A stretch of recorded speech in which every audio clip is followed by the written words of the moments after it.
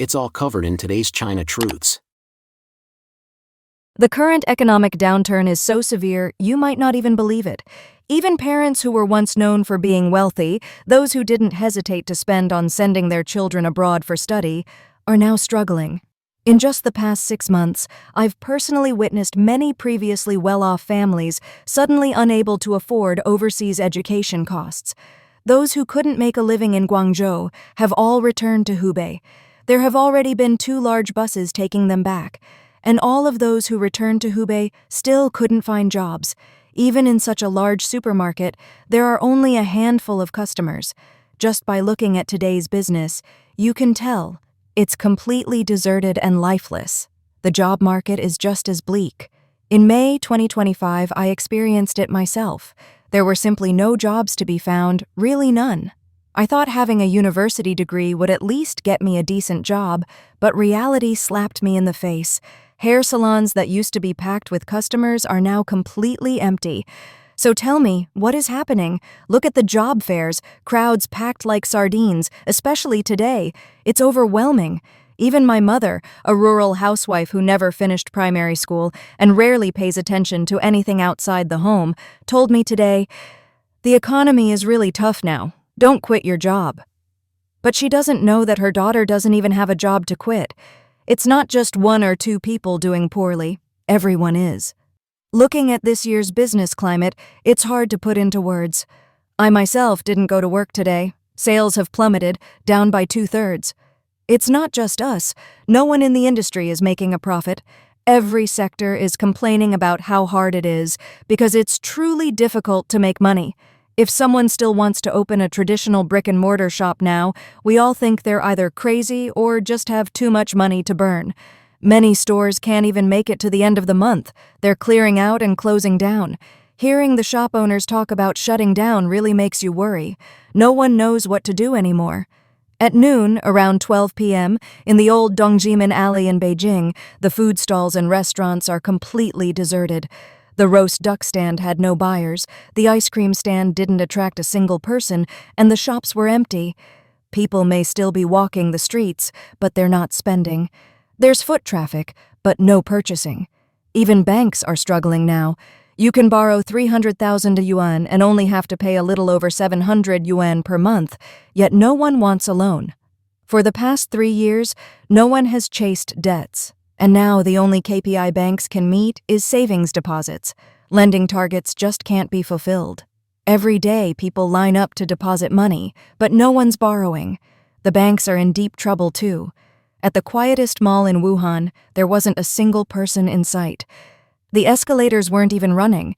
It felt like we'd gone back to the pandemic days. This place is Disiman in Wuchang. I went to eat lamb buffet at Donglaishan, and even at lunchtime, the place was nearly empty. China's economy continues to deteriorate, with severe recession hitting every region and industry across the country. Working for others is tough, and finding a job is even tougher. The wave of bankruptcies and unemployment keeps rising. Consumer purchasing power is dropping sharply. Traditional retail is bleak, and many people are struggling just to maintain basic living standards. Everyone laments, living like this is just too hard. The future might be even harsher. Just like in the movies, every industry looks gloomy. I don't even dare buy clothes anymore. As someone working in tech, I don't know if my income next year will even match this year's. The work and learning environment has hit an extreme, trapped in a cycle of burnout. Friends and colleagues complain about taking on multiple roles, drained both mentally and physically, often quitting without a backup plan, which triggers more resignations. Businesses cut costs by not hiring replacements, forcing remaining staff to shoulder even more work until they, too, burn out. Everyone needs money to survive, but the exhaustion leaves them no choice but to walk away. Take the bank branch I work at, for example. It's severely understaffed. Management requested new hires, but upper levels didn't approve. So now the remaining employees are overloaded with tasks to the point where no one dares to take sick leave. We don't even have the right to fall ill. I have friends who haven't been paid for 6 months, yet they still have to work overtime every day under extremely harsh conditions. The recession affects every industry in China. Jobs are scarce and wages often go unpaid. Many workers have gone on strike because their bosses didn't pay them, and stores are shutting down. Laborers shed sweat and blood to earn a living, only to be cheated in the end. At construction sites in Nanchang, workers gather in groups while the bosses vanish without a trace, owing wages for several months. Every day, they're fed empty promises like, "You'll get paid soon." But it's all just lies. Truck drivers are suffering just as much. Freight rates are so low, they don't even cover fuel costs. Sometimes drivers even have to pay out of pocket. Transport platforms ruthlessly cut prices, and drivers scramble for orders to the point of questioning their lives. They not only have to endure long queues to pick up goods, but also have to beg just to get paid. In the south, places like Nanda Road, Nam Hong Road, and shopping districts that were once packed with people are now shut down and up for lease. These were bustling areas where I once poured my efforts into starting a business, back in 2011, 2012, 2013. Those places used to be large shopfronts, now all split into small units and put up for lease. The peak days are gone, never to return. On the night of June 2nd, many people in Guangzhou could no longer make a living.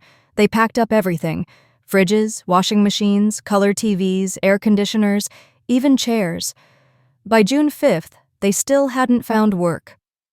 China's manufacturing sector is plunging into recession, with a flood of posts on social media showing factories shutting down and countless business owners and entrepreneurs drowning in debt.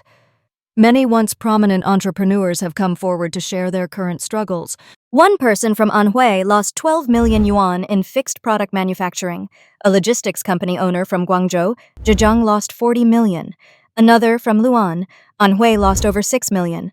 A Kunshan, Jiangsu resident in the construction glass business, a foreign trade and cashmere dealer from Hongshui, Hebei, who lost 10 million, a poultry farmer from Hanzhong, a former sock maker who lost 70 million, a shoe producer who lost over 20 million, and others in electronics and cement also suffered heavy losses. Behind these real-life stories is a massive upheaval in the entire industry and era. American economist David Huang pointed out that China's economic shock has only just begun.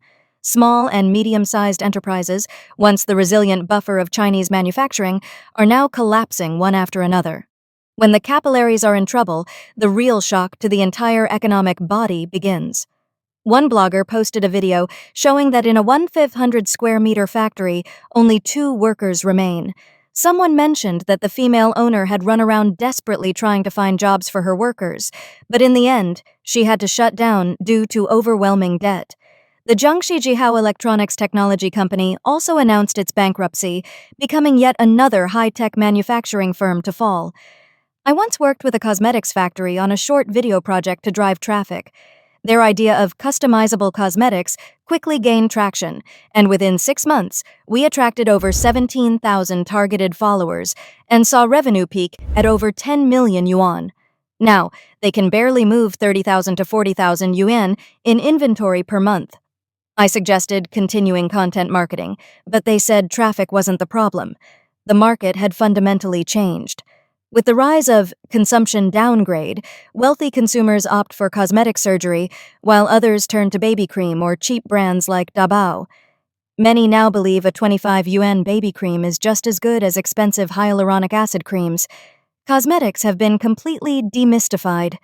While not everything may be fully verifiable, one thing is certain: in today's market environment, not just a single company, but an entire industry can collapse in the blink of an eye.